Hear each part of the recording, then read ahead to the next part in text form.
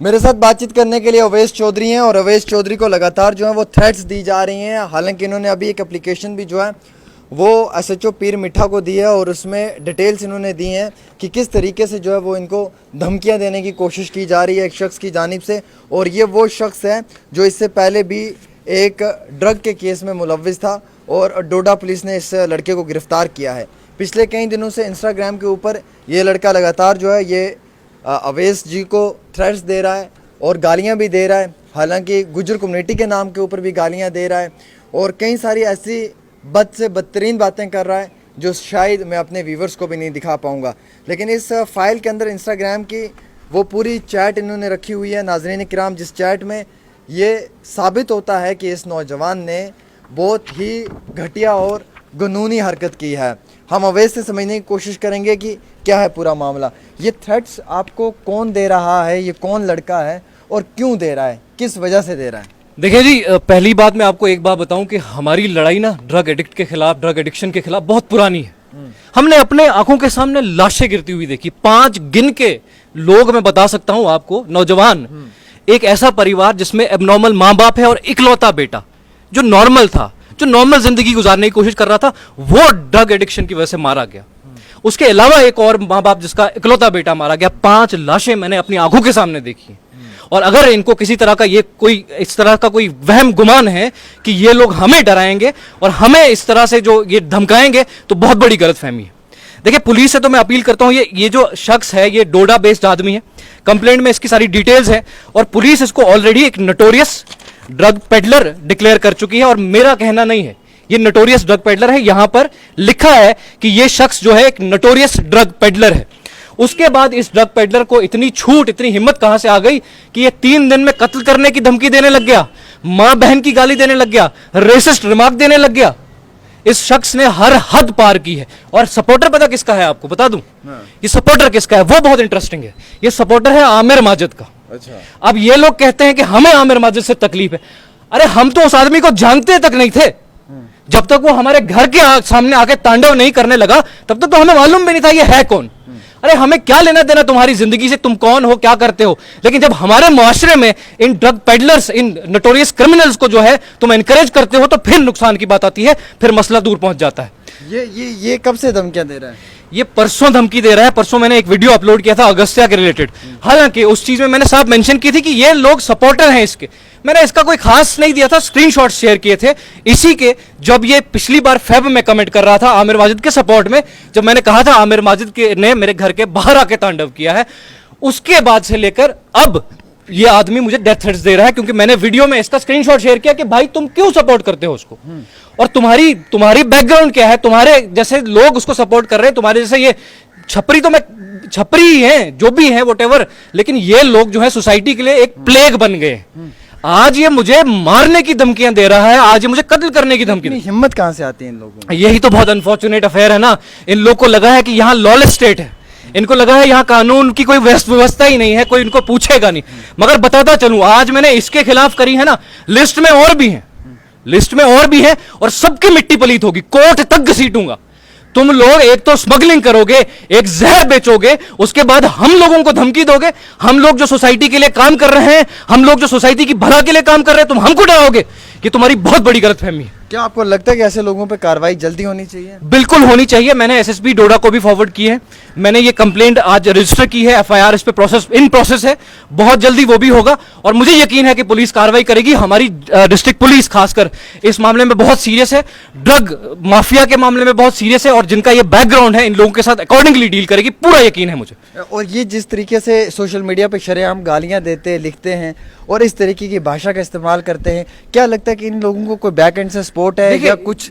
आमिर भाई, ये जो भाषा इस्तेमाल करते हैं ना, जिनके ये सपोर्टर हैं ना, वो भी इस तरह की भाषा इस्तेमाल करते हैं। आपने वीडियोस में देखा है, वो खुद भी इस तरह की, उनके लिए गाली कोई एक बिल्कुल नॉर्मल बात है।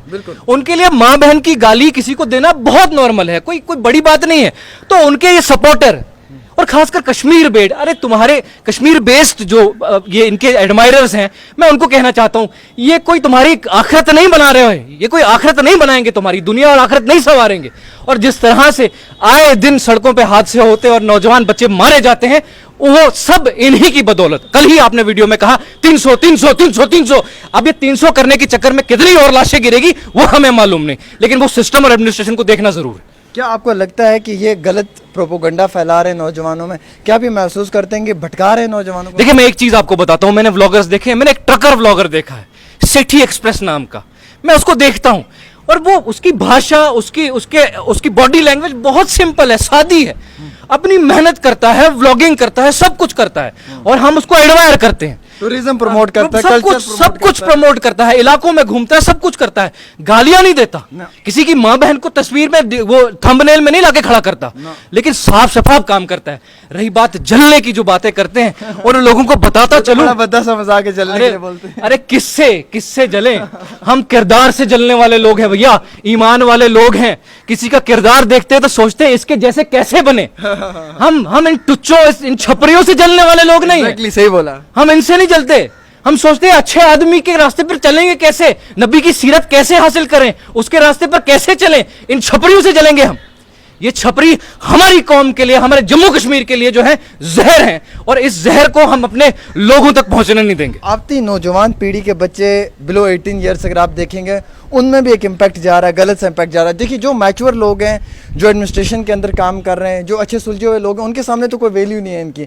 मैंने जब तक देखा है, मैं मिला हूँ, मैंने इन सब चीज़ों को परखा है ओवैसी।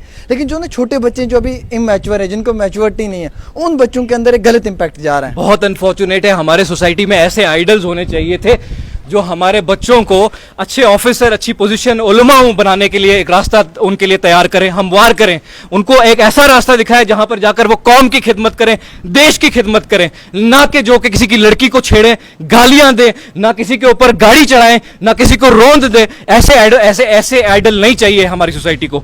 हमारे टीनएजर्स जो है ना, जो अभी भी ये गलतफहमी में है कि ये हीरो हैं, उनकी गलतफहमी बहुत जल्द दूर हो जाएगी, और उनके माँ बाप को अगर कहीं तरह से कोई गलतफहमी है, उनको भी गलतफहमी दूर करनी पड़ेगी। आपको लगता है इसमें कार्रवाई जल्दी होनी चाहिए? मुझे पूरी उम्मीद है, और मैं तब तक पीछे नहीं हटूंगा जब तक इस और इस जैसे कई अलग लोगों पे कार्रवाई ना हो, तब तक इन लोगों को जो है सलाखों के पीछे ना भेजूं। अगर ये एक आज छूट गया तो इसकी तरह कई सारे और भी जो है वो आजाद हो डेफिनेटली खत्म हो ये जाएगा। आपने पढ़ा क्या कह रहा है? हाँ, मैंने आपने पढ़ा गंदी भाषा किस तरह की भाषा इस आदमी ने इस्तेमाल की, और ये मुझे कह रहा है कि 3 दिन में एलिमिनेट कर दूंगा, कत्ल कर दूंगा 3 दिन में आके। मतलब ये तो फिर अपने आपको बहुत बड़ा गैंगस्टर समझता है, और रेफरेंसेस दे रहा है ये आदमी।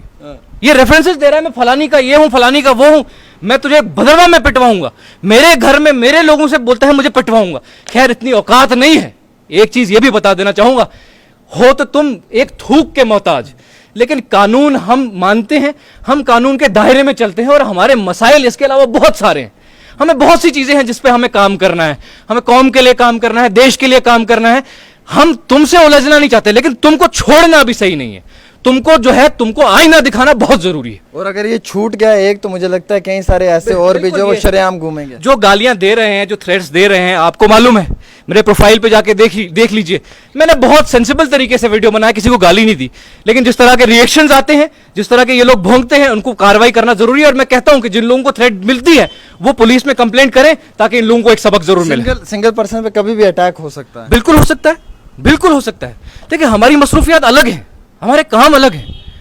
हम इनके पीछे नहीं भाग सकते हैं, या हम इनके बारे में नहीं सोच सकते। हमें इनका कंसर्न लेके सुबह शाम रात दिन नहीं सोचना है। लेकिन फिर भी नोटोरियस मेंशन किया है पुलिस में। अभी कश्मीर में मां को कत्ल कर दिया एक ड्रग एडिक्ट ने, अपनी मां को कत्ल कर दिया। तो आप अंदाजा लगाइए कि किस हद तक ये जा सकते हैं। दुरुस्त है, सही बात है। अवैस जी जो कह रहे हैं सही कह रहे हैं, दुरुस्त कह रहे हैं। मैं जम्मू कश्मीर पुलिस को, और मैं SSP जम्मू से SHO पीर मीठा, मैं जो SHO साहब हैं, मैं उनसे ये रिक्वेस्ट करूंगा कि सर इस मामले में इंटरवीन करें, इस मामले की तहकीकात करें।